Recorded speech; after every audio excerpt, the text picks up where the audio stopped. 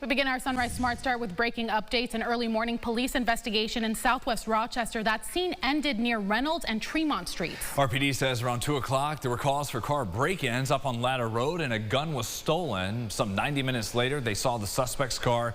Then there was a chase. One 19-year-old got out of the car and tried to make a run for it. Police say he was caught with the stolen gun. The second suspect, a 16-year-old, was arrested there on Reynolds. Officers say the car they were in is reported as stolen out of Irondequoit.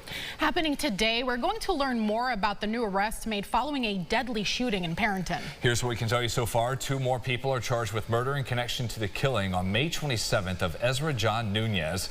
He was found dead at his apartment on Pittsford-Palmyra Road. The deputies say Tyree Ross Simmons, the first suspect named and a convicted felon at the time of his arrest, did not act alone. Tuesday, they told us murder and robbery charges have been filed against Destiny Cotto and Jaquez Riley Hill, both from Rochester. As of the latest update, they are still in jail waiting for their next court appearance. The sheriff's office has a press conference scheduled this morning at 10 o'clock. News 8, of course, will be there, and we'll have it streamed live for you over at rochesterfirst.com. Well, we have a lot of active weather this week, so we turn to James now. What do we need to know? A little morning rain out there for you. It's on kind of the outskirts of our viewing area, so we'll go east and west. First east, town of Butler, Montezuma, Savannah, getting some light rain showers, but that's exiting east. This is a bigger threat here, but still, it's just kind of a smaller thunderstorm, a quick line that's pushing its way through Alden, some of those areas, Pembroke along the thruway there as well. So you're talking Genesee County out there. That's going to continue to move east. It'll be in Batavia at about just before 7:30. And then we clear out. Drier afternoon. We'll take a look at the 8th day at the end of the show. Brendan and Ron. All right, thank you, James. Back to our headlines and this viral video of a traffic stop this week in Rochester and the violent encounter that followed with a suspect and officers Monday night. All of this, witnesses recorded on their phones, and just a warning, this footage may be unsettling to watch. This all happened on Avenue B. Police stopped a driver identified as 23-year-old Kareem Franklin. They say he didn't have a valid license. They say Franklin started fighting with them and punched an officer in the face. You can see police tackle him to the pavement. At one point, an officer puts his knee on Franklin's neck and back.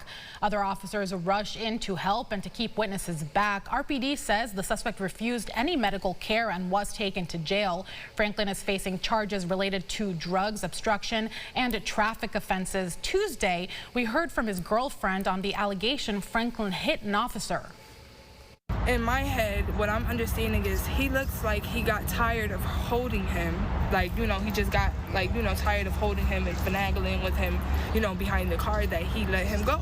And in the video, you see him let him go. And of course, Kareem is finagling. So, you know, he's trying to, like, you know, get out of that uncomfortable spot that he's in. So he goes to move his arm, and his arm just happens to slip and hit.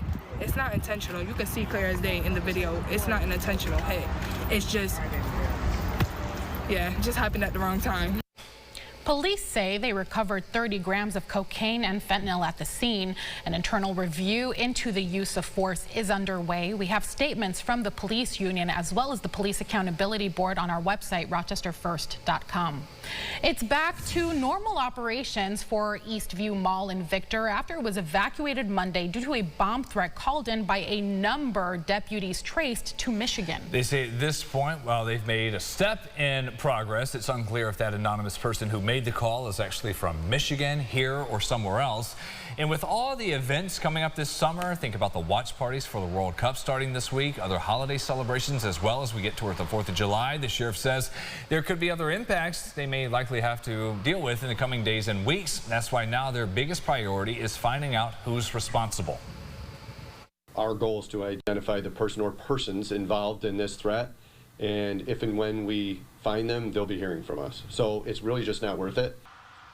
The sheriff adds they know the call came from a number purchased online, and then it went to a non-emergency line at a 911 call center in Michigan. That was before they got the local notification.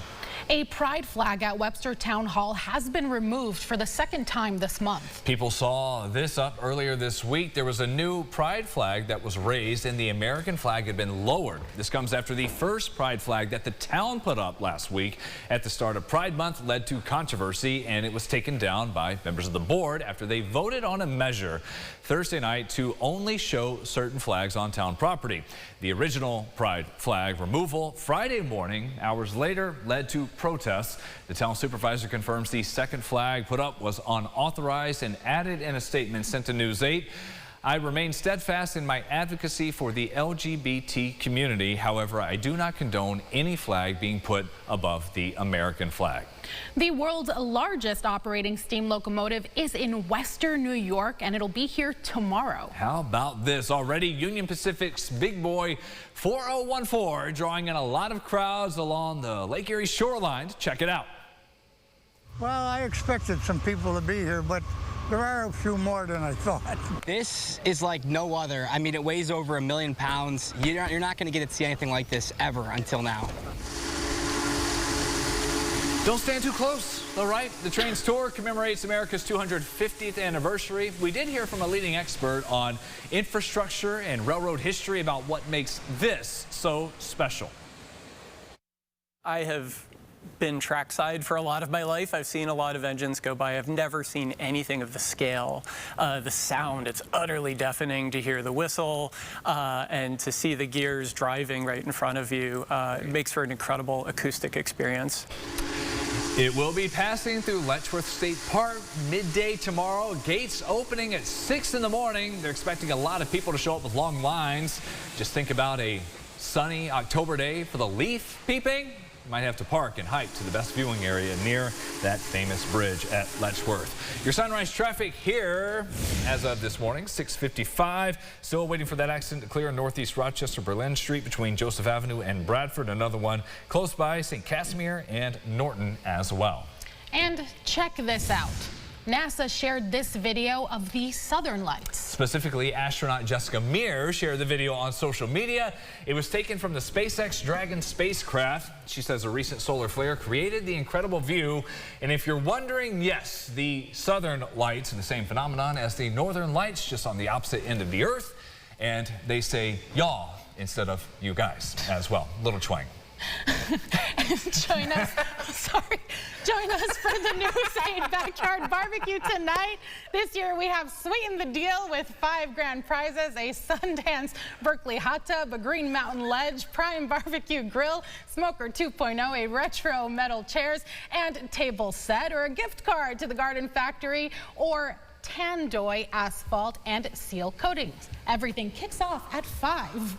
Took 2 hours, almost got her to laugh through it. Try to every morning, got it. Yeah, that's what you're saying when you're sitting in those old school chairs. Sure, yeah. Talking about y'all on the grill. There you go. There, we've got a nice looking forecast for you in the afternoons, showers in the morning.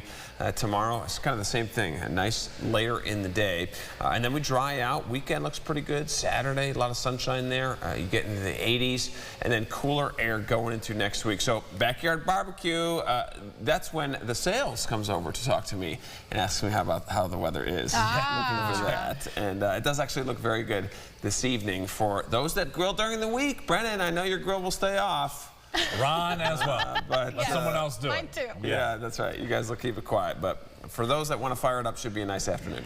9 o'clock on the podcast, Second Cup of Sunrise on the streaming app. Our turtle was kidnapped yesterday. Oh, no. Taken on a shopping spree around town. Literally.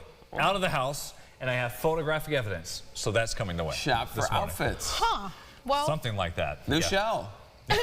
I'm looking forward to that story. That does it for us, everybody. Thanks for watching. CBS Mornings up next. New shell, new shell.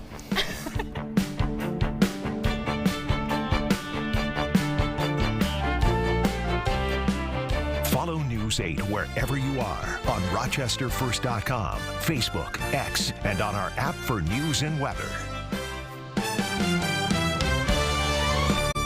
Get the Rochester First streaming app today for everything you love from News 8 on demand, plus exclusive shows you won't see anywhere else. Search ROC and download for free on Roku, Amazon Fire, and Apple TV.